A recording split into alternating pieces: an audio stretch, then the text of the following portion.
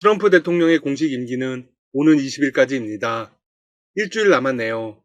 그런데 미국 하원은 5명의 사망자를 낸 시위대의 의회 난입 사태의 선동 책임을 물어 트럼프 대통령에 대한 탄핵소추안을 가결했습니다.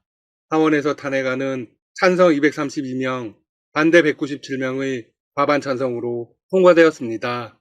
민주당은 222명 전원 찬성표를 던졌고 공화당 의원은 197명 중 10명이 찬성했습니다. 트럼프 대통령에게 반기를 든 것이죠. 이제 상원의 심리와 표결을 통해 최종 결정됩니다. 탄핵소추안이 상원을 통과하지는 못할 것입니다. 하지만 역사상 처음으로 재임 중 하원에서 2번의 소추안이 통과되었다는 점에서 불명예를 안게 되었습니다. 더불어 불명예 퇴진을 하게 될 가능성이 높아졌습니다. 조 바이든 당선인은 계속해서 정권 이양 준비를 진행하고 있습니다. 특히 경제와 외교 분야에 전력을 다하고 있죠. 바이든 당선인은 백악관 국가안보회의를 신설했습니다. 안보회의에서는 대중 대응을 위한 동맹협력 방안으로 한국을 포함한 10개국 연합체와 쿼드 확대를 공식적으로 거론했습니다. 중국 견제에 있어 사안별로 유연하게 대응할 수 있는 동맹연합이 필요하다며 언급한 것인데요. 출범을 앞둔 바이든 행정부의 대중 압박에 동참하라는 요구가 머지않아 구체화될 가능성이 있습니다. 안보회의 측은 외교 전문지의 기고를 통해서 중국의 부상을 막기 위한 미국의 접근법을 다양하게 다루었습니다. 핵심은 미국이 어떻게 아시아의 질서를 강화할 수 있나입니다. 가장 부각되는 대응 방법은 역시나 강력한 동맹의 구축입니다. 기고에서는 이렇게 전하고 있습니다. 미국은 파트너십 구축에 있어 유연하고 혁신적일 필요가 있을 것이다. 모든 사안에 초점을 두는 거대한 연합체를 구성하는 대신 미국은 개별적 문제에 초점을 맞춘 맞춤형 혹은 즉석 연합체를 추구해야 한다. 좀 복잡해 보이는데요. 그들은 쉽게 예를 들었습니다. 바로 영국이 제안한 D10입니다. D10은 민주주의 10개국 데모크라시 10의 줄임말로 주요 7개국 G7 국가에 호주와 인도, 한국을 더한 것입니다. D10이 언급되는 건 사실상 G7을 폐기하고 국가를 더 확장하겠다는 의지를 보여준 것입니다. G7의 존재의 의미에 대해 미국은 계속 회의적인 입장을 내보냈습니다. G7의 유지를 원하는 건 독일과 일본 정도였죠. 특히 일본은 자신들만이 아시아에서 주요 국가라는 이기적인 속내를 드러내고 있습니다. 아이러니합니다. 현 시점에서 아시아의 주요 국가는 오히려 한국이나 중국이 되어야 할 겁니다. 일본은 아시아의 퇴물이 되었죠. 지난 20년간 아무런 발전을 하지 않았습니다. 보리스 존슨 영국 총리는 지난해 5월 5G 분야에서의 대중국 대응 협력을 내세워 D10의 필요성을 제기한 바 있습니다. 존슨 총리는 D10은 무역과 기술, 공급체인, 표준 등의 문제에 있어 시급할 것이라고 설명했습니다. D10은 G7과 같은 형식적인 연합이 아니라는 것입니다. 경제적으로나 외교적으로나 기술적으로나 훨씬 광범위한 논의를 할 수 있는 연합체이죠. 따라서 바이든 행정부가 들어서면 필연적으로 갈 수밖에 없습니다. 일본이 어떤 반응을 보일지 무척 궁금하네요. 확실한 사실은 바이든 행정부가 들어서면 일본의 존재감이 바닥으로 가라앉을 거라는 겁니다. 아베 전 총리는 트럼프 행정부 시절 아우 노릇을 톡톡히 했죠. 그런 모습이 바이든 행정부의 입장에서 좋아 보이지는 않을 겁니다. 또한 스가 총리는 미국과의 외교를 처음부터 다시 쌓아야 합니다. 다만 군사적 동맹에서는 일본이 현재의 존재감을 유지할 가능성이 있습니다. 미국은 쿼드의 확대를 통한 군사적 억제에도 초점을 맞추고 있습니다.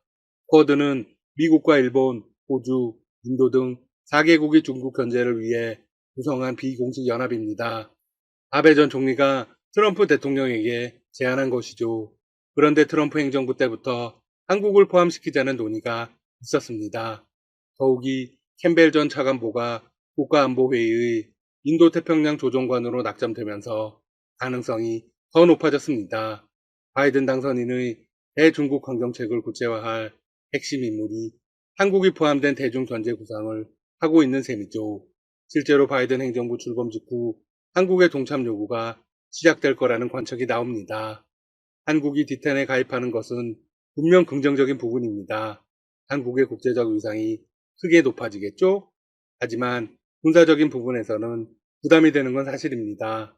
현재 바이든 당선인 측은 중국 부상에 맞서기 위한 동맹 강화의 필요성을 역설하면서 또 하나의 주장을 하고 있습니다. 트럼프 대통령이 한국과 일본에 방위비 합의 재협상을 요구하고 미군 철수도 위협하며 인도태평양 지역의 균형에 필요한 동맹을 악화시켰다고 비판하고 있죠. 바이든 당선인은 선거 당시 트럼프 대통령을 깡패라고 표현하기도 했습니다. 또한 인도태평양 지역의 평화와 번영에 미군 주둔이 도움이 됐다고 지적하면서 미국은 인도태평양 국가들이 중국 억지를 위해 자신들의 비대칭 능력을 개발하는 걸 지원할 필요가 있다고 강조했습니다. 네, 군사적 강화를 더 강하게 하자는 겁니다. 이렇게 되면 방위비 문제는 빠르게 해결되고 아시아에 주둔하는 미군도 더 늘어날 수 있습니다. 미국은 실제로 이렇게 밝혔습니다. 미국은 동남아 국가와 인도태평양 지역에 미군을 흩뜨리기 위한 다른 나라와 협력할 필요가 있다. 바이든 행정부가 전반적인 대비태세 평가를 거쳐 인도태평양 지역 미군 주둔 조성에 나설 가능성이 있다는 걸 시사합니다. 더욱 큰 문제는 미국이 중국을 완전히 버리라고 강요할 가능성이 높다는 것입니다. 캠벨 전 차관보는 인도태평양 지역 국가들이 미국의 도움을 원하면서도 아시아의 미래에서 중국을 배제해 버리는 것을 꺼려한다고 지적했습니다. 만약 쿼드에 한국이 포함되면 사드 사태처럼 중국과 대립각이 예상됩니다. 현명한 외교를 해야 할 것입니다. 참고로 한국은 이미 G7 국가들을 경쟁력으로 하나씩 젖히고 있습니다. 지난해 한국 국민들의 생활 수준을 보여주는 1인당 국민 총소득이 주요 7개국 구성원인 이탈리아를 넘어설 가능성이 커졌습니다. 세계은행이 최근 3년간 평균 환율을 적용해 계산한 결과에 따르면 2019년 이탈리아의 1인당 국민 총소득은 34,530달러로 그해 한국의 33,790달러를 근소하게 앞섰습니다. 하지만 작년은 코로나19로 인해서 상황이 완전히 달라졌습니다. 경제협력개발기구 OECD가 지난해 이탈리아의 명목 성장률을 한국 0.1%보다 크게 낮은 마이너스 7.9%로 전망했기 때문입니다. 문재인 대통령은 신년사에서 이렇게 밝혔습니다. 우리 경제는 지난해 OECD 국가 중 최고의 성장률로 GDP 규모 세계 10위권 안에 진입할 전망입니다. 1인당 국민소득 또한 사상 처음으로 G7 국가를 넘어설 것으로 예측됩니다. 아직 지표가 발표되지는 않았지만 이런 예측이 현실화된다면 한국의 1인당 국민총소득은 G7이라고 불리는 주요 선진국 중 하나를 넘어선 첫 사례가 됩니다.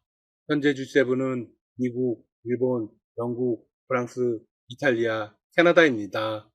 한국의 경제 규모 순위도 올라갈 전망입니다. 국제통화기금 IMF의 세계 전망 보고서를 보면 2020년 한국의 GDP는 1조 5,868억 달러로 전 세계에서 10번째가 될 것으로 나타났습니다. 지금까지 닥터 시사TV였습니다. 여러분 시청해주셔서 감사합니다. 구독과 좋아요 부탁드립니다. 독일 내 신종 코로나 바이러스 감염증으로 인한 사망자 수가 2,000명을 넘어섰다. 독일 질병관리본부 격인 로버트 코흐 연구소에 따르면 9일 현재 코로나19로 인한 사망자 수는 2,107명으로 지난 24시간 동안 246명이 추가로 숨졌다. 누적 확진자 수는 10만 8,202명으로 하루 사이 5%가량인 4,974명이 새로 확진, 판정을 받았다. 하지만 환자의 사망률에서는 유럽국 중 여전히 낮은 편이다. 독일에 이어 8만 명대 확진자 수를 보이는 프랑스의 경우 사망자는 1만 명을 넘어서 독일의 거의 5배에 달한다. 전체 확진자 수 대비 사망자 비율로 따지면 한국과 거의 같은 수준이다. 한국은 이날 현재 누적 확진자가 1만 423명으로 이 가운데 204명이 숨졌다. 유럽, 미국에 비해 한국의 강점은 무엇일까? 한국인은 병원에 편하게 간다. 실력 있는 전문의 만나기도 그리 어렵지 않다. 길 가다가 몸이 안 좋으면 눈에 띄는 동네 의원에서 바로 진료받는다. 한국인 1인당 외래진료 횟수가 연간 16.6회다. 경제협력개발기구 회원국 1위다. 평균치의 2.3배에 달한다. 한국은 병상수도 많다. 과잉의료 이용, 과잉병상은 그동안 한국 의료의 적폐 중에 적폐로 통했다. 이런 적폐가 이번 코로나19에서 효자가 됐다. OECD 헬스 데이터를 보면 외래진료 횟수가 많은 한국, 일본, 독일의 코로나19 치명률이 낮다. 한국은 치명률이 1.9%, 일본은 2%, 독일은 1.7%이다. 반면 횟수가 적은 편에 속하는 이탈리아, 프랑스, 스페인 같은 나라는 높다. 다만 미국은 OECD에 보고한 가장 최근 자료가 2011년 4회다.